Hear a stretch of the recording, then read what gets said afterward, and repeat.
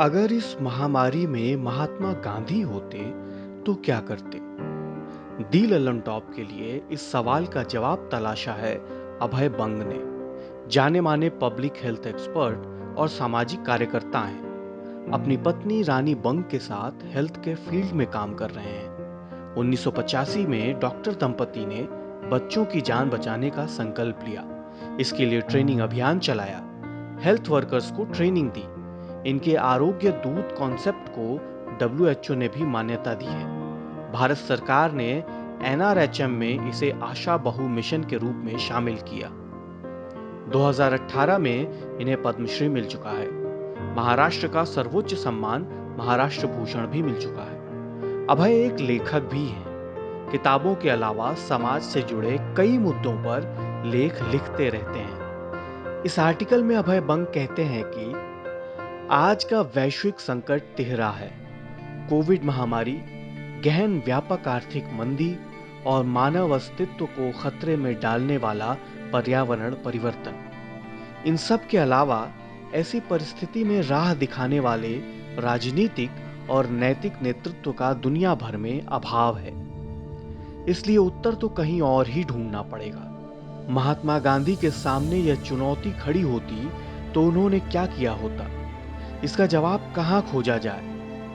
यह तो वो खुद ही कह गए हैं कि मेरा जीवन ही मेरा संदेश है। अतः गांधी जी का उत्तर उनके जीवन में खोजना पड़ेगा। उनके उत्तर में कुछ विशेषताएं तो समान होंगी। पहली तो ये कि दूसरों को उपदेश करने के बजाय सबसे पहले वे स्वयं उसका आचरण करते। तभी तो आत्मश्लाघा प्रतीत हो ऐसा वाक्य, मेरा जीवन ही मेरा संदेश है, वे बोल पाए। हम बोल सकते हैं क्या?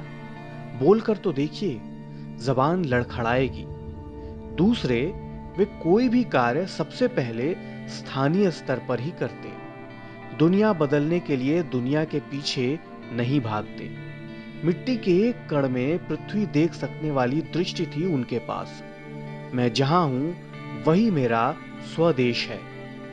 मेरा कार्य यहीं आरंभ होगा, क्योंकि मैं सिर्फ यहीं कार्य कर सकता हूं। तीसरे, आरंभ में उनका कार्य मामूली या बचकाना लग सकता है, जैसे मुट्ठी भर नमक उठाना या सूत काटना। लेकिन जरा रुकिए, इससे इतिहास बदल जाएगा। आज आप क्या करते? ऐसा प्रश्न गांधी जी के समक्ष रखने का विचार प्रयोग मैंने करके देखा और मुझे जो उत्तर मिला वो ऐसा है। धार्मिक व सामाजिक एकता। गांधी जी के जीवन का यह अंतिम किंतु अधूरा रह गया कार्य है। भारत के हिंदुओं और मुसलमानों के बीच द्वेष व हिंसा की वजह से उन्हें मर्मांतक पीड़ा हुई। इस वक्त भी जब कोरोना विषाणु हमारी दहलीज में दाखिल हो चुका था, हमारे कई नेता सांप्रदायिकता की आग लगाने में लगे हुए थे। दिल्ली के हिंदू मुस्लिम दंगों से विभाजन पूर्व भारत के हालात बनते दिख पड़ते हैं। ये द्वेष इतना अंधा हो चुका है कि भारत में कोरोना प्रसार का ठीकरा एक विशिष्ट धार्मिक पंथ की गलतियों पर फोड़ने का प्रयत्न किया गया। गलती तो सभी ने की। 31 जनवरी को कोरोना भारत में आ चुका था। उसके लगभग एक महीने बाद अमेरिकी राष्ट्रपति डोनाल्ड ट्रंप के भव्य स्वागत के लिए अहमदाबाद में लाखों लोगों की भीड़ जुटाई गई। पर गलतियां निकालते समय धार्मिक भेदभाव किया गया। भारतीय समाज को खंडित करने में ही प्रतिष्ठा मानी जा रही है। ऐसी स्थिति में गांधी ने क्या किया होता? गांधी ने इस समस्या को भी विषाणु जितना ही महत्व दिया होता। सर्वधर्म समभाव तथा उपनिषद की ईशावास्यमिदं सर्वम, ईश्वर सर्वत्र व्याप्त है, यह सच्ची भारतीय निष्ठा उन्होंने प्रत्यक्ष आचरण से व्यक्त की होती। बिना किसी भेदभाव के लोगों की सेवा की होती। एक दूसरे के मोहल्ले में सेवा करने के लिए लोगों को भेजा होता। प्रार्थना के लिए लोगों को एकजुट किया होता।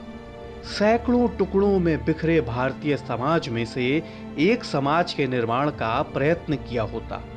भले ही इसके फलस्वरूप उनकी दूसरी बार हत्या का खतरा उन्हें मोल लेना पड़ता। अगला सूत्र, मेरा पड़ोसी मेरी जिम्मेदारी। कोरोना ने आज सभी को अकेला कर दिया है। एक दूसरे के संपर्क से लोग बच रहे हैं, टाल रहे हैं। संपर्क ही नहीं तो पड़ोस कैसा, और पड़ोस ही न रहा तो कैसी सामूहिकता, कैसा समाज। मुझे तो ऐसा लग रहा है कि गांधी ने मौजूदा शासकीय और मानसिक पाबंदियों को सर्वथा नकार ही दिया होता। पड़ोसी की सेवा करना यह मेरा धर्म है, ऐसा सत्याग्रह किया होता। उन्होंने कहा होता कि मजबूत स्थानीय संबंधों के अभाव में राष्ट्र निर्माण संभव नहीं। इस तरह की नैतिक भूमिका के लिए किसी गांधी की ही आवश्यकता होती है। रोग प्रसार रोकने का पूरा ख्याल रखते हुए उन्होंने पड़ोसियों के देखभाल की शुरुआत की होती। तब अनायास भ्रम की चादर हटने लगती। हमें स्पष्ट दिखाई पड़ रहा होता कि महामारी का डर और सरकार की नीतियों ने इंसान को इंसान से दूर हटाकर कोरोना का प्रसार तो नहीं थामा, बल्कि प्रत्येक व्यक्ति अस्पृश्य हो गया। अगला सूत्र होता गलतियों का स्वीकार। कोरोना महामारी का सामना करते हुए सरकार ने अनेक गलतियां की। जनवरी फरवरी में 40 लाख प्रवासियों को हवाई मार्ग से भारत में आने दिया गया, जिनमें से सिर्फ 38,000 लोगों का ही कोरोना परीक्षण किया गया। इस वजह से कोरोना भारत में घुसा। इन 40 लाख लोगों के सुव्यवस्थित विलगीकरण की बजाय 134 करोड़ लोगों को तालाबंदी की सजा दी गई। कोरोना के विरुद्ध इस युद्ध में जागतिक और राष्ट्रीय नेतृत्व ने अपने घोषित उद्देश्य बार बार बदले। विषाणु का प्रवेश निषिद्ध, फिर कंटेनमेंट, फिर मरीजों की संख्या दोगुनी होने का समय बढ़ाना, डबलिंग टाइम, फिर मृतकों की संख्या सीमित रखना, और अब कोरोना के साथ जीना सीखें। हार गए तो उद्देश्य ही बदलकर जीतने का दावा जारी। एक नई बीमारी के बारे में समुचित ज्ञान और उपचार न होने से निर्णय लेने में गलतियां होना स्वाभाविक है, किंतु हमारी पद्धति असफल हुई, यह प्रामाणिक स्वीकारोक्ति कहां है? गांधी ने यह सत्य जाहिर किया होता, जनता से सच बोला होता। चौरी चौरा की घटना की तरह हिमालय जैसी गलती मुझसे हुई है, ऐसी जवाबदेही स्वीकारी होती। और आश्चर्य यह कि इस वजह से लोगों का उन पर विश्वास बढ़ा ही होता। दी लल्लन टॉप के लिए इस लेख का हिंदी अनुवाद किया है प्रोफेसर हुबनाथ पांडे ने। हुबनाथ पांडे मुंबई विश्वविद्यालय में प्रोफेसर हैं हिंदी विभाग में। उन्होंने संवाद लेखन के अलावा कई कविताएं लिखी हैं। कवि, लेखक और आलोचक हैं। उनका कहना है कि जिंदगी ने ज्यादा सिखाया, किताबों ने कम।